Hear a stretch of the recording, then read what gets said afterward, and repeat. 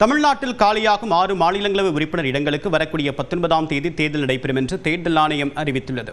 தமிழ்நாட்டிலிருந்து மாநிலங்களவை உறுப்பினர்களாக உள்ள திமுக வழக்கறிஞர் வில்சன், தோமுச தலைவர் சண்முகம், அப்துல்லா, திமுக கூட்டணி சார்பில் தேர்வான மதிமுக பொதுச் செயலாளர் வைகோ ஆகியோரின் பதவிக்காலம் ஜூலை 24ஆம் தேதியுடன் நிறைவடைகிறது.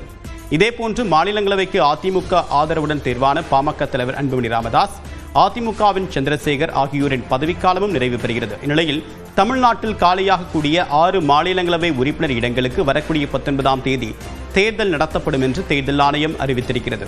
இதற்கான வேட்புமனு தாக்கல் வரக்கூடிய 2ஆம் தேதி தொடங்க உள்ளது.